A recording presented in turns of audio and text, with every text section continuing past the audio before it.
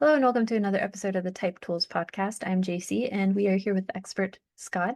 And today we are talking about a topic that you probably have quite a bit of bias for, of, to.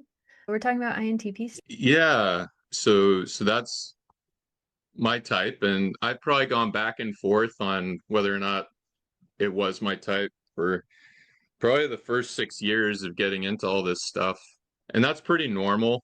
It's pretty normal. You don't want to buy into something that you don't trust completely. And then, we have different layers of skepticism towards this sort of stuff, and INTPs by nature are pretty skeptical. Really, most people with introverted thinking in their functional stack are going to need to figure it out, and INTPs are going to be that. So if you're an INTP listening to this, you can decide whether or not you're an INTP.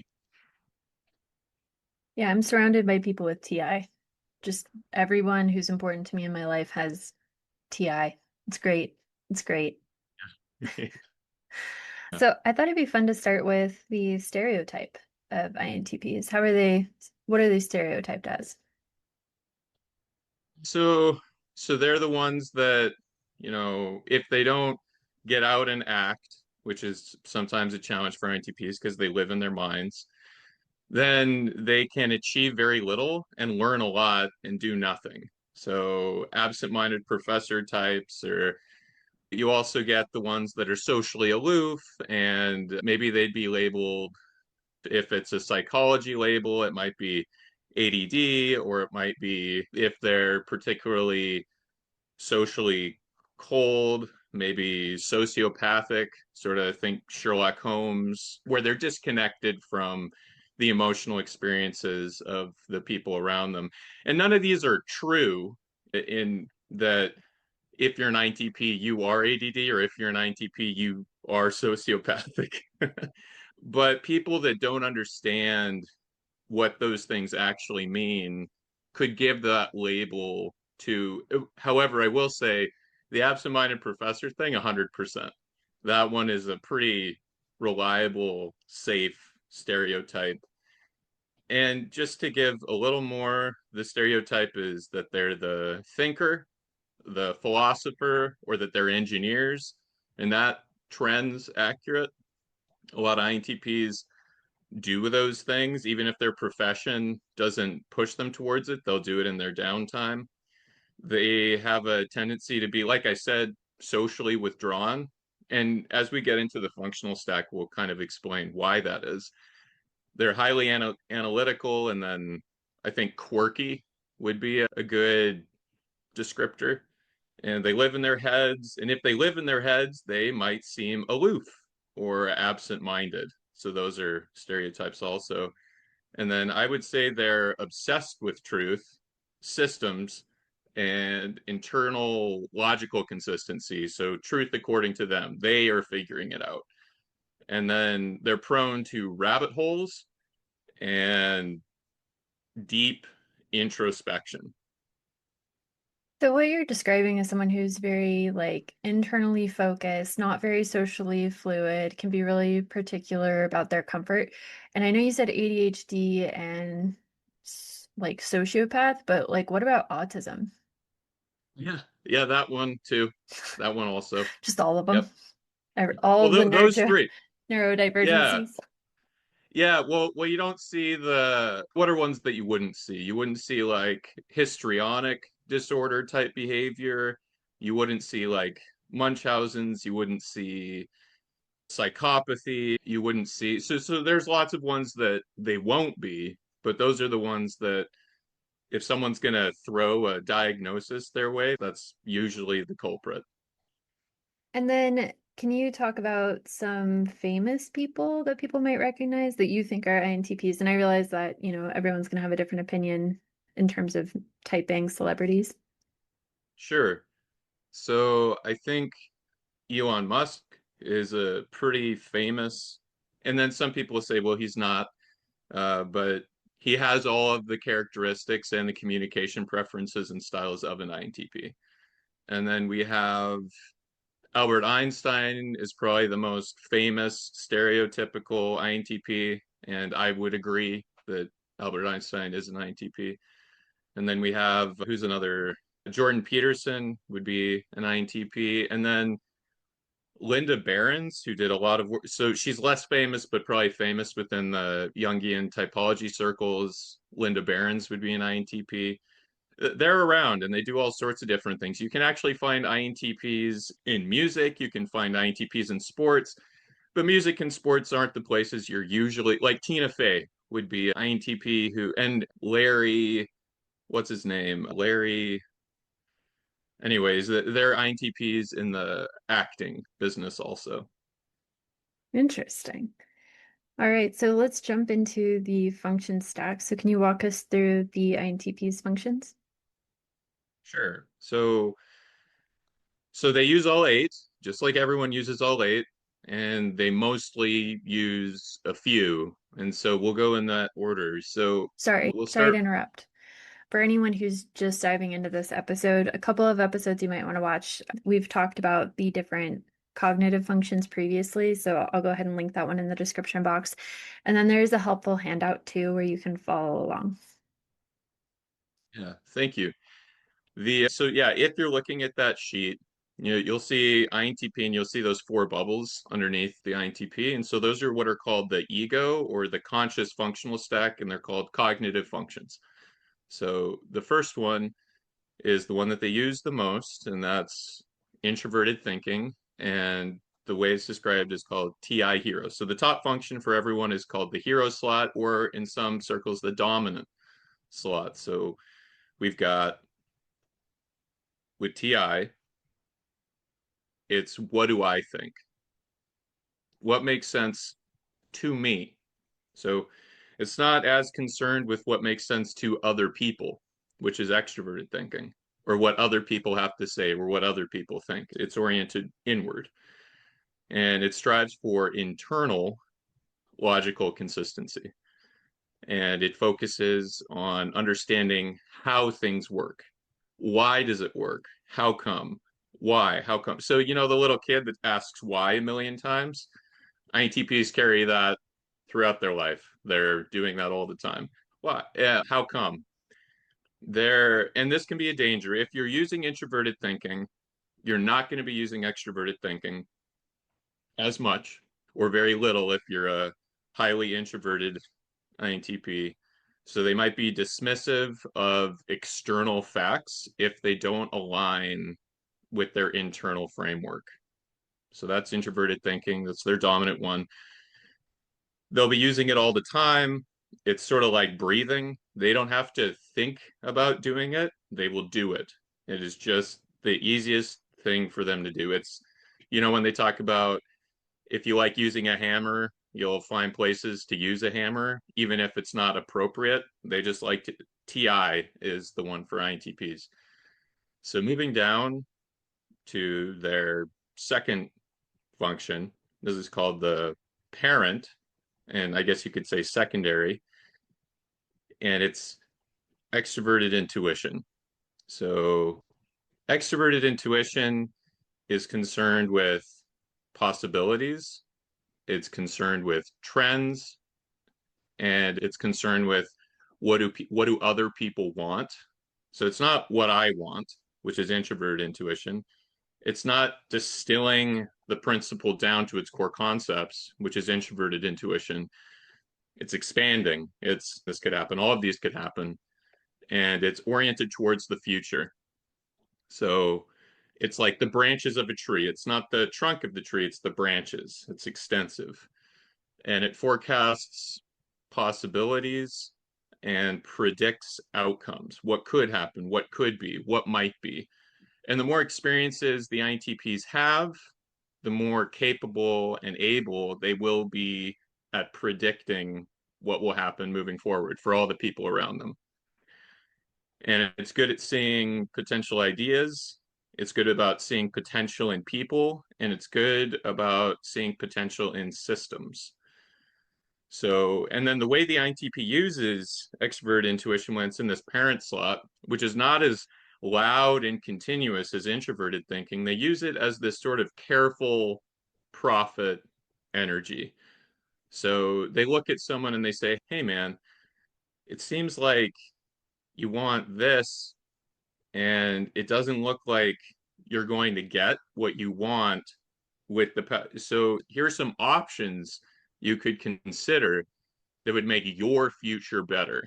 So as a result of that leaning, they do better when they're consulted and asked for wisdom or advice. They'll, because they're not distracted by what they want, they can orient themselves to the personal vision of the person in front of them and help them essentially problem solve and garner solutions to, and it might be good to do something concrete here. So if a person was interested in maintaining a relationship and they had a conflict situation, that's different than if a person didn't care about maintaining the relationship. So an INTP can say, okay, do you want to maintain the relationship? Yes, question mark. Okay, well, if so, then you would need to behave differently. And if you wanted to maintain the relationship, then the things you are doing at this time won't meet that purpose, and your future as you're hoping to have it will be less likely to be achieved. And so there are these careful prophets that, and in my experience, they tend to be mildly skeptical and cautious with presenting future options, but that's usually how they go about doing it. And then if we move down, we have introverted sensing. So introverted sensing will be that third bubble. And introverted sensing enjoys stability. It likes familiarity. It likes proven methods. It likes doing, I'm going to wear the same t-shirt to church. I'm going to wear the same t-shirt when I program. I'm going to wear, and so they don't like to spend a lot of time thinking about different ways of doing what they're doing. They like sticking to what they have done. So introverted sensing has a preference towards continuing what has been done in the past. And since it's lower in that functional stack, INTPs are not highly routinized. They don't have a super strict schedule. They're sort of naive at their approaches. They'll eat the same breakfast cereal in the morning. They just do what they have done. And so they're prone to nostalgia and routine, and they're often hesitant and cautious when presented with new sensory experiences. Let's go to a party. Let's go wakeboarding. Let's go skydiving. Let's go to this new restaurant. Let's go check this out. And they'll do those things, but they kind of know how they like to experience things. And so new experiences are met with caution. New experience, physical experience, not new ideas. They love new ideas. New ideas are cool. New experiences, well, let's pump the brakes a little and let's see if I feel comfortable with moving into this new environment. And then as they move into new environments, then that becomes their new comfort zone. That becomes their new routine. And so this is how they kind of evolve over time. But a lot of times with SI child, they need to be pulled out of their routine and they won't like it. They won't be interested in rapid or quick change. So introverted sensing is about stability, and it's their stability. It's how they're stable. They're concerned with their physical experience, whether they're comfortable, what's happened to them. Then we have extroverted feeling inferior. So this is their lowest conscious function. So we're going through these four, and these are the ones that they're aware of, that they know about, that they're consciously experiencing at any given moment. And then you have the unconscious functions, which would be extroverted thinking, introverted intuition, extroverted sensing, and introverted feeling. And those ones they're less conscious of, or in some cases, completely ignorant of. And extroverted feeling represents a conscious function that they have in low supply. So they're not using it a lot. They prefer introverted thinking to extroverted feeling. So it needs to make sense more than, it's more important that things make sense and that truth is told than people feeling good and people feeling happy. So the INTPs have a tendency to be the ones that break sacred cows if they don't make sense or they're silly. So you'll find them breaking social norms or ignoring them because they don't make sense to the INTP or whatever it is they're making the judgment with.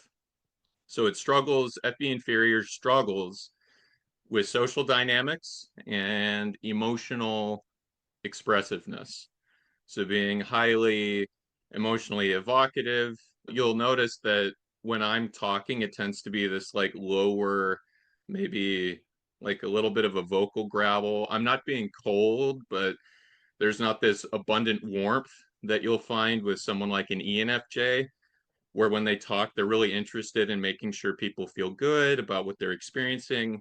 And also in the way that I'm describing this information, it's very here's the info, here's the info, here's the info, here's the info. So there's even in as I'm talking, you can see my preference towards introverted thinking. And then extroverted intuition is going about all these different ideas. And then with SI, I've studied this for years. I know this stuff really well. And then extroverted feeling at the end of it comes down to, are we having fun? Is this a cool time? Is this exciting? Are we having, is this fun? And so with the with this inferior function, you'll see a deep fear of social rejection. So even if INTPs kind of know that they're a little bit different, but they worry about it and they think about it.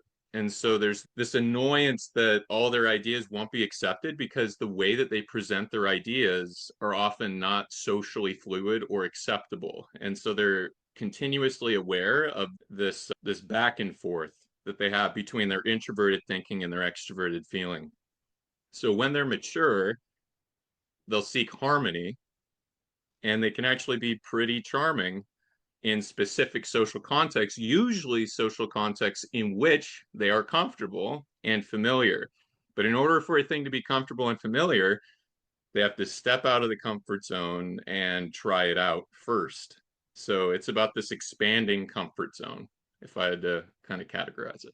So, given their function stack and preferences, what would you say are the main strengths of an INTP? Yeah, so if we're going back into, so we'll just run down the functional stack again and talk about how those things could be a strength. So with deep analytical ability or introverted thinking, that is a powerhouse for problem solving. That's what it's for. It's for taking complex situations, usually ones that the INTP is somewhat familiar with, and then breaking them down. And I guess the way you would, so that's a natural skill that they will have. And not all INTPs are the same, and not all INTPs are expert on the problem that you're presenting them with. But if they are, they're very good at providing nuanced custom solutions to complicated problems. So if you want to accommodate an INTP, let them work independently, right? Because introverted thinking is separate from the tribe. So they want to figure it out on their own, separate from what other people are talking about. So you'd want to let them work independently to solve the complex problems. So you give them the problem, you explain it to them, you tell them what it is and what you'd like to accomplish, and then they'll work tirelessly to solve it as long as it makes sense and as long as they know what you want. And it's important in this to respect their logic and process because it may not be what you expect or the methods might be ones you're not used to because again they're all coming from introverted thinking which is very subjective. And then so if we do extrovert intuition, so remember this is a slightly lower function but they'll still use it and they'll still be good at it. It's big picture vision with extrovert intuition parent. So what that means is, and this goes back to the problem solving thing. So no function exists in a vacuum. They're all playing together. They're all flowing in and out of each other. So they'll think something and then they'll be like, well, that'll hurt someone's feelings. And then they may choose not to say it. but they'll usually say the thing more because introverted thinking is so loud and so strong. And the extroverted feeling considerations of how it might impact the emotional experience of the people around them is a downstream question. So with extrovert intuition parent, what you want to do is engage them with open-ended questions and idea exploration, and they love theoretical brainstorming. So ideating is enjoyable. So if you're looking for, so this is why it lends itself again to problem solving your problems. That's what they want to do. They want to problem solve someone else's problems because they have this skill set and they want to use it, but they aren't necessarily interested in their own gains and their own vision and their own goals. They're interested in your vision and your gains and your goals. And so give them freedom to explore the possibility space with the challenge that you're running up with. And that's extrovert intuition. So open-ended questions, brainstorming, idea exploration. INTPs will be great at this, and that's where you want to get their perspective.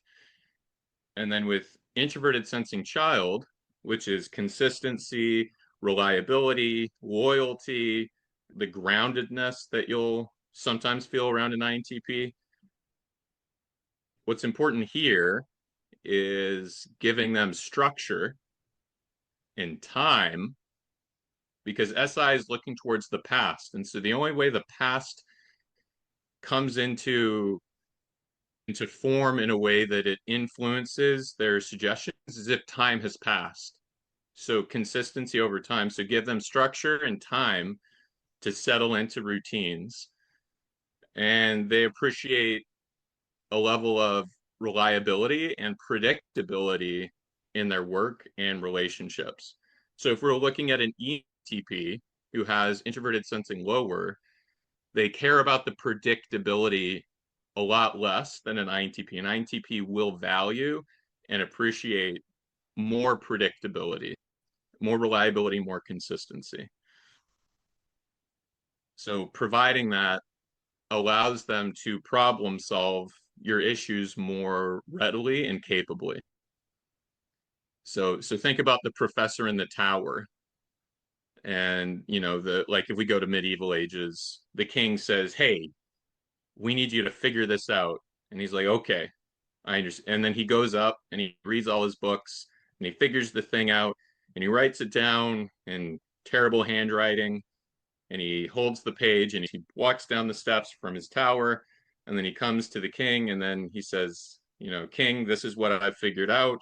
And then the king will be like, "Okay, I like half of this," right? Because I'm assuming the king is probably some TE user. And so he's going to take the information that the INTP brings and it's going to help the king realize his goals. And then at the bottom, we have potential for empathy. And I say potential because remember, for an INTP, extrovert feeling is lower. They can be deeply empathetic. They really can. And they tend not to judge people from a moral perspective. As long as to them, they don't see people being as hypocritical or senseless. And really, the way that this is determined by an INTP is if people won't listen, and it's not a demand that people listen. It's more like, why continue providing ideas and providing problem solving and providing context if when I finally build this thing, so going back at a certain point, if he sees his page get crumpled up too many times, he'll just be like, okay, I need to find a new person to provide my ideas to where they'll be valued, appreciated, and utilized. And so, returning though back to extroverted feeling, it's important to create low pressure social environments because they'll get flooded with the social needs of other people. So, think about it like an ENFJ would have an abundant amount of social warmth to provide. INTPs have that social warmth in lower supply. They have like a thermos and not a fire hydrant. So they walk around with their thermos, and when it's empty, And when it's empty, they're going to go back to thinking and they're going to go back to isolating the. And so usually the response people, INTPs, get to social pressure is I need to isolate, I need to separate. My capacity to solve this problem is not enough to get results. And so at least I can be comfortable. And so a lot of times they have a tendency towards isolating, which can be problematic for a number of reasons. So with accommodating FE inferior, create low pressure social environments and encourage healthy emotional expression without judgment. Okay, so if I have an INTP coworker or family member and I want to let them be the best version of themselves and support them in that, it would be really good for me to listen to their thoughts. It would be really good for me to take problems to them that we can brainstorm solutions to. It would be really good for me to maintain their routines or support their routines as much as possible and not make drastic changes suddenly to their environment. And four would be to don't put a ton of social pressure on them and to understand they have a limited capacity for that. Yeah. Yeah. And, it's not like INTPs just get a free pass. Like everyone needs to grow, everyone needs to develop. So at a certain point, make them go to the event. At a certain point, so do push them because if they stay in their comfort zone, it's stagnation. But yes, in terms of making them comfortable and letting them be themselves, yes, do that. Sometimes don't enable. Sometimes be like, hey, listen, I get that you need space from people, and I get that this is tiring, but we want to get a little better question mark at this. So why don't we make this one of your routines? Why don't we make this social engagement one of your routines? And they'll be like, oh, okay, routine. Yes, I can do routine. And for a little while, it'll be uncomfortable. I know it'll be uncomfortable, but eventually, I'll get used to it, and it will be less uncomfortable. It will, and then they'll expand their physical experience with introverted sensing. It'll be something they have done now, and they'll have done it.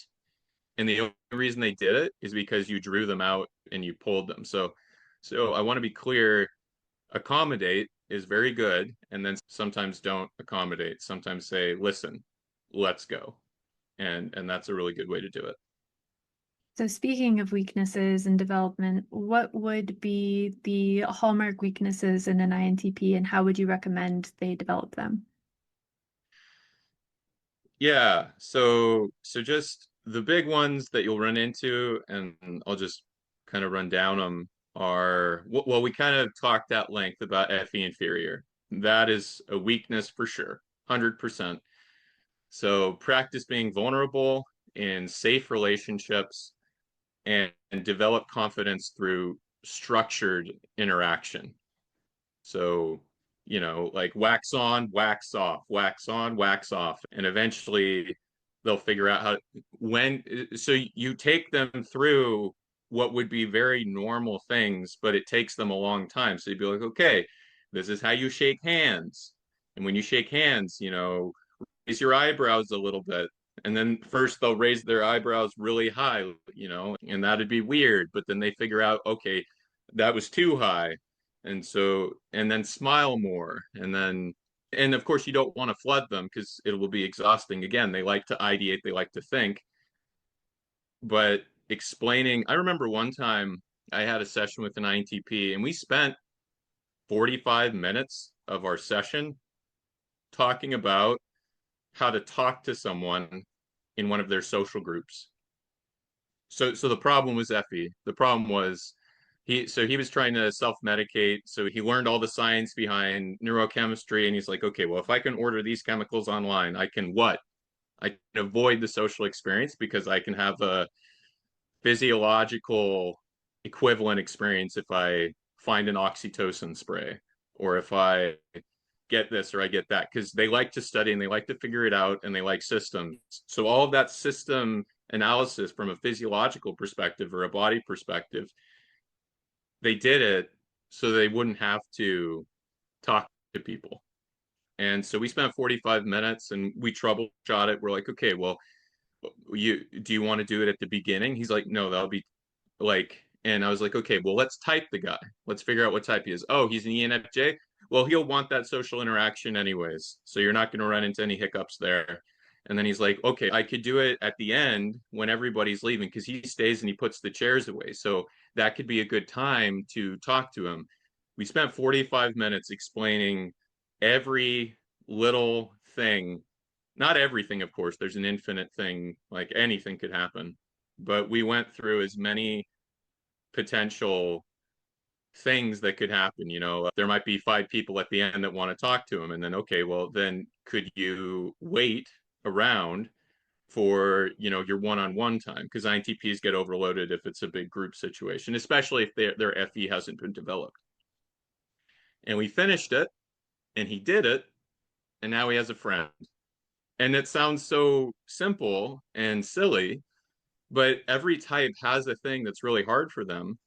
And so what is easy to you may not be easy to another person, and it may require an hour of meticulous planning to do something that some people would do naturally when they were five. And so for an INTP, that's kind of how might want to work with extroverted feeling. And then struggles with execution. So this is a different one.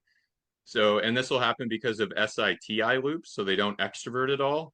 And they just think about the things that they've thought about before, and then they cycle and they cycle. What have I done and what do I think about it? What has happened in the past and what do I think about? What has happened in the past and what have I thought about it? And you don't use extrovert intuition. You don't check to see what other people around you want. And you don't check with extroverted feeling about how what you're doing might impact the social experience of other people. You're ignoring your extrovert functions as an INTP, and it's going to cause waves and it's going to cause problems. So that's called looping. And so the way you might get around this is set deadlines, create checklists, and seek accountability partners to move from thought to action. So you're not just thinking about it on a loop forever.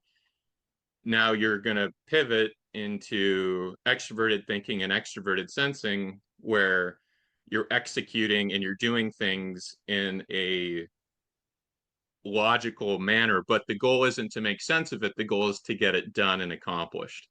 Right. And so pivoting from that looping to this other side is really helpful. And usually the best thing you can do there is find someone that has TE or SE and get them to help you problem solve. And INTPs are really great at this. They're really great at about who's good at knowing a thing.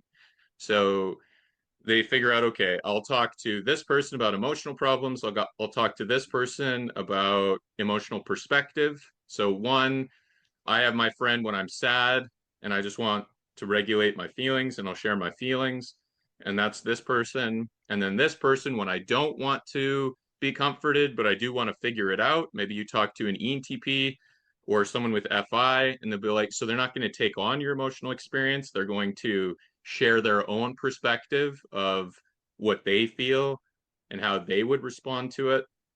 So it's just about finding these people in your environment that are gifted and talented at helping you through some of the things you can't do on your own. And then we have overthinking and analysis paralysis, which is looping and what I just described. And the answer here is learn to accept good enough solutions and roll with them. Because at the end of the day, without putting your ideas to the test, you actually don't really know if they're great, resilient, and capable ideas. So prioritize progress over perfection. And then we have disconnection from the physical world. This happens a lot, right? If you're an ideator and you like thinking, that doesn't require physical environments. You can do that anywhere.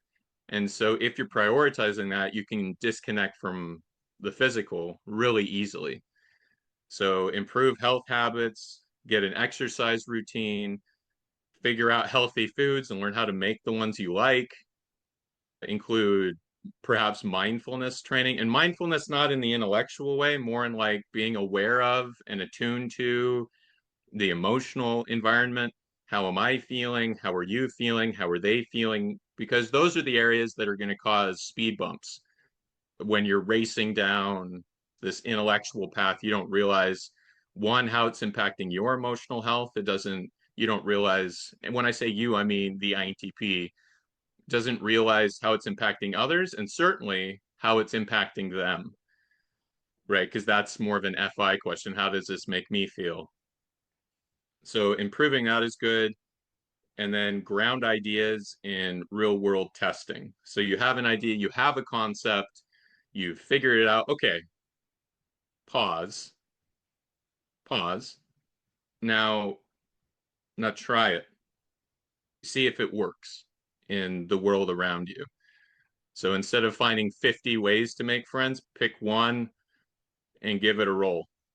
So one thing I've always found frustrating about typing is they're like, I think the way you have explained it is like an INTP could be chocolate ice cream, but then there might be variations on the chocolate ice cream. Like you could have Rocky Road, or you could have mint chocolate chip chocolate ice cream.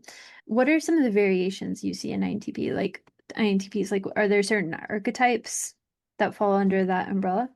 Yeah, yeah. So I find the best ways to look at this is if it's kind of breaking it down into, are they creatively focused, which would be kind of where I lean, or are they business focused, where they get stuff done, they work in an environment with scheduled deadlines, and this feels right to them. And so they lean into that. And then as they lean into it, they become more like that.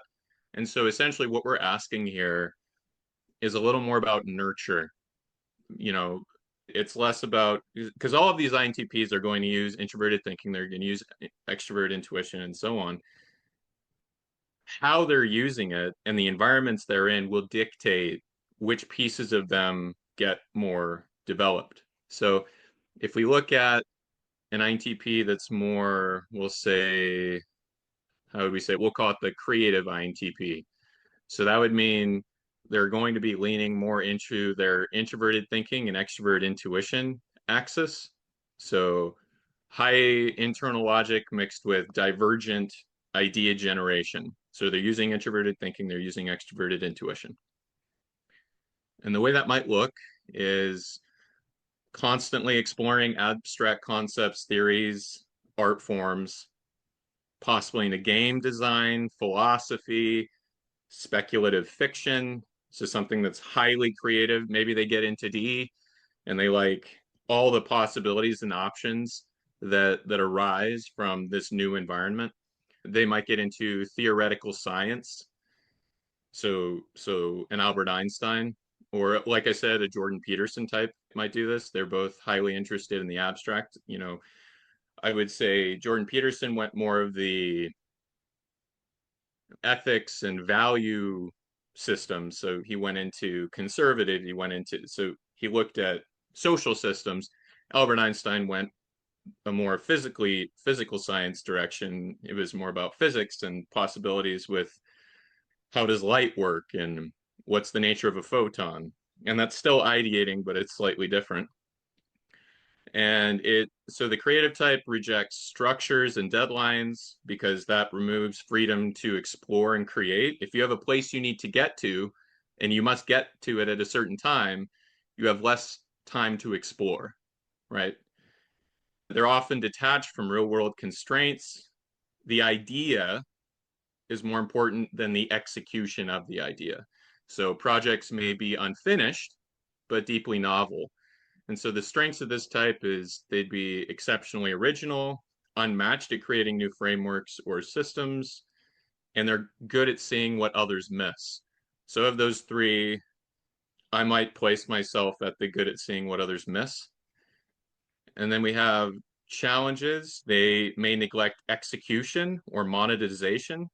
So they'd be like the professor that doesn't have like a sponsor. Like they have all the ideas, but nothing's being done with them, and also they're barely making a living. George Washington Carver would have, he's the peanut guy, and he would have uncashed checks all over his desk, and he would only cash them when he needed to eat. And he would just, because the money was not important, the ideas and their expansion was what was important. So you can see how that might be problematic from a survival perspective. And then they're susceptible, right, because that's what they like to do, to overthinking without acting. That's the trap they'd run into. And then how they develop or grow is developing their ENTJ unconscious. So doing TE and NI, which is get it done, get more things done, and turning their ideas into action. And so in this case, practice discipline, project management, or collaborate with people that are natural executors. And so that way you can stay in your space, but your weak spot is supported by someone who is strong in that area. Okay, so that's more of the creative INTP. And then we have the business INTP. So the systems builder, the architect, the analyst. And these are guys that did less of the creative stuff and really leaned heavy into that execution stuff that is the solution to the creative type. So the way it looks like is they'll be structured and strategic, applying logic to systems and goals. They may be a tech entrepreneur, an analyst, an engineer, or operations lead. They still value autonomy, but works well in roles where logic drives outcomes. They're a lot less playful than creative INTPs and more results oriented. And so some strengths are strong execution skills, right? Because they're developing these shadow functions, which again are the solution to the creative types problems. And then they can lead or build scalable systems. So again, maybe I think you could rightly say Elon Musk would represent this, or Bill Gates. And then you can say, well, I don't like those people or whatever, but they do represent the concept that we're talking about. They think long term, so they think the future, where it's going, how to get, like, and it's this sort of one track introverted intuition vision. And then the challenges that might arise here are risk of suppressing own emotion or neglecting others' feelings. So you've spent all this time in the thinking and intuiting space, because you can't be in that space at the same time that you're developing this emotional, quiet, thoughtful, engaging, connecting space, right? So FE, FI, and so on. So they can become overly robotic and dismissive of feelings in general. And the only reason this can be, well, there's lots of people, as an INTP, I'm like, this is fine. But the reason why this can be a problem is we live and swim in a world of interacting with others. So if you're always bad at that, that will blow up in your life, like whether it be with friendships, marriage partner, children. These are relationships and they matter. And with the business type INTP, he's more, or she is more likely to devalue or minimize or summarily ignore these potential types of issues. So the way they would balance is amp up extroverted feeling inferior. So engage in sincere communication and avoid ruthless logic. So when you find yourself doing that, pump your brakes and pause, and then check in with the emotional domain. Is there a better way to explain this that is less hurtful? Is can we have, and also can we have fun with this? So these are questions that would be far downstream for a business minded INTP. And then also, don't forget, maintain connection to the inner creative, extroverted, intuitive, playful self. So, ideation for its own sake, exploring a strange concept to explore it without having a clear definitive reason, how it fits into the system and how it gets things accomplished more quickly and how we can get more money, how we can increase profit share, whatever asking what would happen if amphibians were cross pollinated with unicorns, and then just something, and then just like rolling with it, like what if bears could talk, or what if, and I'm doing animals, but you could do it with just about anything. What if water, never mind, well, I'll stop there. But yeah, so that's the business one, and then we have the harmony focused INTP, and I would say this is rarer for an INTP to be into, and there certainly are. So you might think of like an INTP that works in the mental health space and the therapy space. Maybe one that does photography, or maybe they clean Airbnbs. Like, so they're in the more harmony seeking. Is this valuable to you in a physical way? And what I find is the harmony one and the creative one, those kind of flow together. And then the business one is kind of on an island all of its own. And what you'll find, because these are neutral designations, you can switch between these. It's just how much of your life have you spent doing this, and then for that reason you're going to have a deficit or a strength that the other ones wouldn't have. So primary emphasis for a harmony focused INTP would be FE inferior. And if you're using FE inferior, you're probably going to be using introverted sensing a lot more too, because that's also lower on your functional stack. So they deeply care about how their ideas affect others. So it's not just the idea, it's the connection the idea has to the lived experience and the emotional experience of the people around them. They may be drawn to teaching, therapy, or conflict mediation roles. It uses logic to protect or guide people, less combative, more supportive. So think INTP debater, like Richard Dawkins. He debates, that's what he does, he debates. And so that would be he'd be using logic in a more combative and less supportive way. And then they may use storytelling, writing, or quiet conversation to influence. So they're going to use this one-on-one preference. So they'll have deep conversations with one person, a deep conversation, one person, and that lends itself to consulting and therapy. Possibly religious or spiritual, ethical, focused on social outcomes, these sort of things. So the strengths would be empathic reasoning. They see emotional layers behind the logic. So they might see it as like, okay, I'm trying to communicate this topic. This is this person's background. I'm going to learn about their background. So when I explain the truth, or I explain the system, or I explain the concept or idea, I'm going to only do it in a way that is metabolizable or usable to them based upon their personal experience. And the only way I can get that is learning more about this person in front of me. And so what that means is they have to take time and effort and focus to learn more about the human across from them, or the human in the room with them, or the humans, people. They value collective well-being, often trusted as a wise advisor. Challenges. Remember, we talked about the thermos versus the fire hydrant, and I would argue INTPs start with a teacup of love and tenderness, and then you can graduate it. I imagine a really strong INTP probably has like a couple gallons or something in this sort of, and I guess you could say it's used to put out emotional fires, right? And so some fires can be dealt with a teacup, and some of them cannot.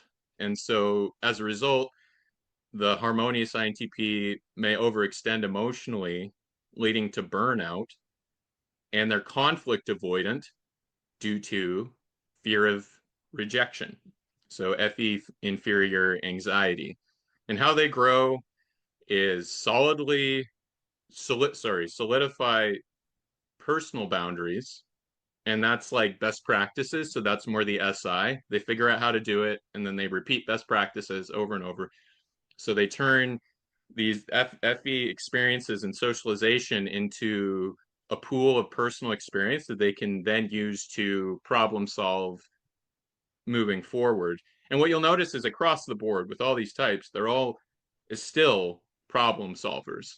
That's what they want to do. So you want to, as the harmonious INTP, you want to avoid becoming codependent. Let others experience their own growth. You can't stop people from feeling bad. You can help them feel bad less, and you can help them minimize the harm that comes to them. But ultimately, you also have to allow them to think for themselves, just like people allow you to think for yourself, and accept that not all social harmony is possible. Sometimes you can't because people have a diametrically opposed viewpoint of a situation, and that's just going to be learned through experience. All right. Well, do you have any final words of wisdom for the INTPs out there? I would say try to feel your feelings when they arise. A lot of long term, it'll be tough and you won't like it and it's not going to be enjoyable, but you will learn how to avoid those problems as you move forward. So essentially, expand your comfort zone emotionally when the opportunity arises and allow yourself to be pulled into those situations and separate yourself when you need to, but let that growth occur. So let your emotional intelligence grow because at the end of the day, if you're an INTP, you don't really need to work on thinking. You got that one figured out. You think a lot. So that's not, and so, and then finding people that value the thoughts and perspectives that you're bringing to the table. So don't just offer your opinions willy nilly, offer them to people who have your best interests at heart. And that way you will rise with them as their abilities and capacities increase by listening to your perspective and wisdom. You will be attached to this person that's growing with you. And that can be any relationship. So just be judicious about who you're guiding and who you're providing wisdom to. Make sure that you're in a situation where some of that supports and elevates you as well. All right. Well, if you are an INTP or you think you know an INTP that you want to develop the relationship with, you can always work with Scott. You can do that over at toolswithscott.com, and we'll see you all in the next episode. Yeah, see you guys.